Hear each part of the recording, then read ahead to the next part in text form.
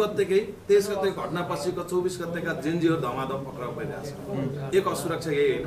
तपाईहरु अब पक्राउ पर्ने लिस्टमा हुनुहुन्छ लगभग किनभने आइसक्यो नि हैन। तपाईहरुको लिस्ट अब तपाईहरु पक्राउ पर्ने तयारीमा हुनुहुन्छ भनेपछि तपाईहरुले बनाएको गृहमन्त्रीले तपाईहरुलाई पक्राउ गरिरहेछ, तपाईले बनाएको सरकारले तपाईहरुलाई पक्राउ गरिरहेछ भने अनि यो तपाईहरुको आन्दोलन केका लागि त? आखिर खोइ त तपाईले जसलाई पक्राउ गर्नु भनेको उहाँहरु सुरक्षित हुनुहुन्छ, अझ खुलेर भनिरहेछन् कि हामीलाई केही गरेर त देखा भनेर मजाले ती व्यक्तिहरुले बोलिरहनु भएको छ नि तपाईहरु कसरी सुरक्षित? यो त अब हामी सुरक्षित तपाईहरु हुनु भएन हैन। यस्तो हामी पनि हामीलाई समातेर देखाउनुस् भन्छु म है।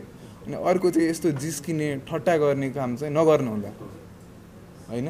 अब आजसम्म भनौँ न जेनजी भुराहरू भनेर चाहिँ डिसमिस गर्नु भएको होला, तर हामी पनि भनौँ न अहिलेका शीर्ष नेता कुनै बेला हाम्रै उमेरका थिए र हामीले चाहिँ धेरै कुरा पढेका छौँ, उहाँहरूबाट नि सिक्यौँ होला यो अवस्थालाई कसरी नेभिगेट गर्ने भन्ने चाहिँ हामीले थाहा पाइसक्यौँ।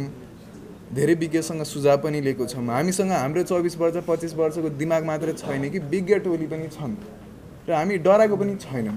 आँट छ, समात्ने भए समात्नुहोस्, फेरि निस्क्यौँला अथवा समात्नै नसक्नु होला।